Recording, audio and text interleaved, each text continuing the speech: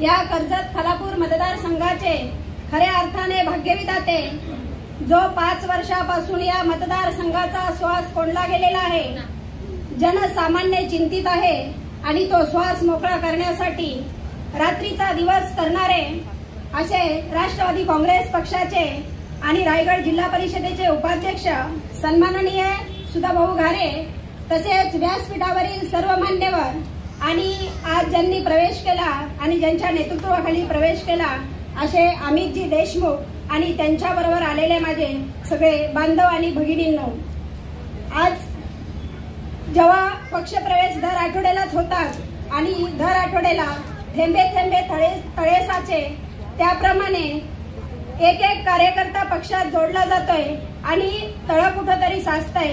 पण आज अमितच्या रूपाने असं म्हणावं लागेल की अमित अख्खा तलावच घेऊन इकडे आलेला आहे।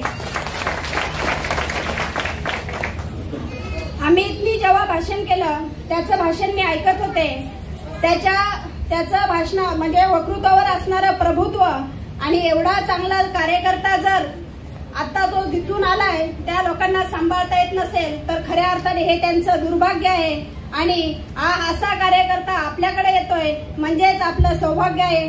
आजच विजयाची माळ सुधाभाऊंच्या गळ्यात पडली असं म्हणायला काही हरकत नाही।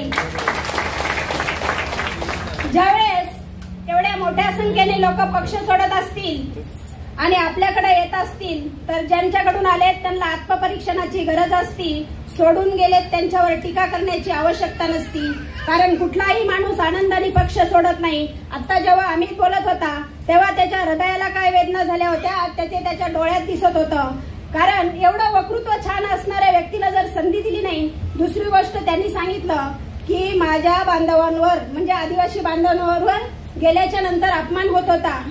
ह्या साने गुरुजींचं एक गाणं आहे, तर लोकप्रतिनिधी कुणी का असेना किंवा समाजात काम करणारा समाजसेवक असेना त्याचं कर्तव्य असतं की जे समाजामध्ये दीन दुबळे घटक आहेत त्यांना पहिले प्राधान्य देणं। त्या गाणे खरा तो एकची धर्म जगाला प्रेम अर्पावे, कुणांना व्यर्थ सिनवावे कुणांना व्यर्थ हिनवावे, समजता बंधू मानावे। तो कुठल्या जातीचा आहे कुठल्या धर्माचा आहे कुठल्या पंथाचा आहे हे न बघता माझ्या इथे आलेला माणूस त्याला सन्मान देणं हे माझं कर्तव्य आहे आणि हे आज कोण करत असेल मतदारसंघात तर सन्माननीय सुधाकर भाऊ यांच्या ऑफिसमध्ये कुठल्याही जातीचा धर्माचा पंथाचा कुठलाही व्यक्ती आला तरी त्याला सन्मानपूर्वक वागणूक आहे। म्हणून लोंढेची लोंढे आज राष्ट्रवादी काँग्रेसमध्ये प्रवेश करत आहेत। जेव्हा खरं बोलायला लागतं तेव्हा आमच्याकडे एक म्हण आहे, खरं बोललं की मिरच्या लागतात आणि त्या मिरच्या अशा तडतडायला लागतात।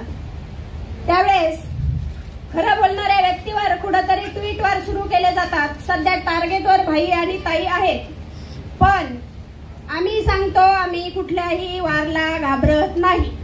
शब्दाचे वार केले हरकत नाही, अजून कुठले वार करायचे असतील हरकत नाही। फक्त माझी एक विनंती आहे, आम्ही सध्या रडारवर आहेत आणि आमच्यावर हल्ले सुद्धा होऊ शकतात।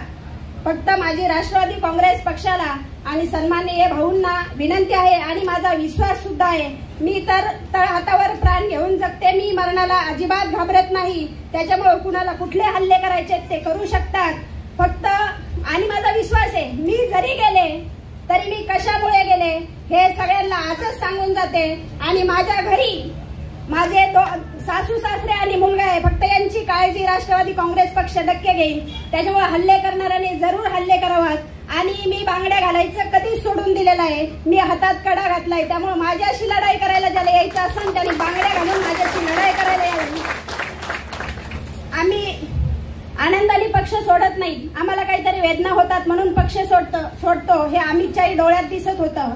मग तुम्ही आत्मपरीक्षण करा, तुम्ही कुठं चुकता। तुमचे जे काय चेले चपाटे आहेत ना, जे चेले चपाटे त्या चेले चपाट्यांना पहिले आवरा। हे चेले चपाटे तुम्हाला घरी बसवल्याशिवाय राहणार नाहीयेत, ते तुम्हाला अजून पण कळत नसेल। आणि आम्ही पक्ष ज्या दिवशी सोडला त्या दिवशी तुमची हार झालेली आहे। येणारे 2024 चे प्रभावी आमदार सन्माननीय सुधाकर भाऊ या मतदारसंघात असणार म्हणजे असणार। आणि ह्या व्यक्तीला आमदार का करायचं हा सगळ्यात मोठा विषय।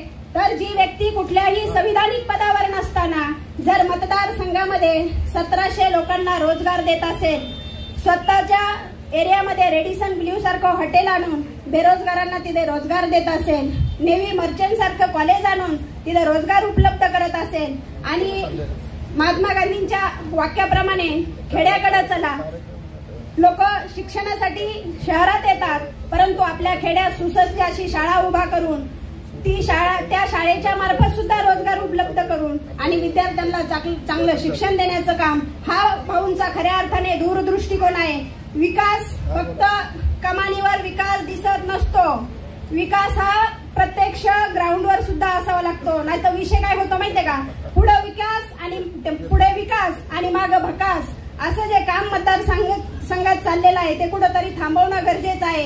विकास हा सगळीकडे पाहिजे, परत समोर विकास दिसतोय आणि मग भकास असेल. आम्ही आता जेव्हा गाव दौरे केले त्यावेळेस आम्हाला कळालं की विकास कुठं आहे, निधी कुठं आहे हे आम्ही चांगल्या प्रकारे पाहून घेतलेलं आहे. ज्या रस्त्याला जावा त्या रस्त्यात खड्डा का खड्ड्यात रस्ता हे सुद्धा कळालं नाही, मग विकास गेला कुठे. आणि आम्ही जेव्हा त्या खराब रस्त्याचे व्हिडिओ वगैरे टाकतात तेव्हा काही जण बोलतात तुम्हाला काही काम नाही का. हो, नाही आम्हाला काम. जे तुमचा अधर्म, अनिती आणि हुजरेगिरीचं काम चाललेलं आहे हे तुमचं संपवण्यासाठी आम्हाला सध्या विकासावर आणि सुधाकर भाऊंना आमदार करून या मतदारसंघाचा विकास करणं हे आमचं काम आहे. त्याच्यामुळे तुमच्या या ट्विटवरला आम्ही घाबरत नाही, काय करायचं ते करून घ्या आत्ताच सांगते. आणि आम्ही तुझ्या विश्वासाने या पक्षात प्रवेश केला, मी पण त्या पक्षातून इकडे आले आणि मला जी सन्मानाची वागणूक मिळते त्यानुसार मी सांगते तुला आणि तुझ्या बांधवांना सन्मानपूर्वक वागणूक या पक्षात मिळणार म्हणजे मिळणार, याच्यात कुठलाही शंका नाहीये. आणि आज या मतदारसंघाचं प्रभुत्व खऱ्या अर्थाने लोकांची ताण भागवणं हे खरं पुण्य असतं. आणि आज भाऊ जवळजवळ 3 ते 4 वर्षापासून 100 टँकरचा पुरवठा या मतदारसंघात करत आहेत.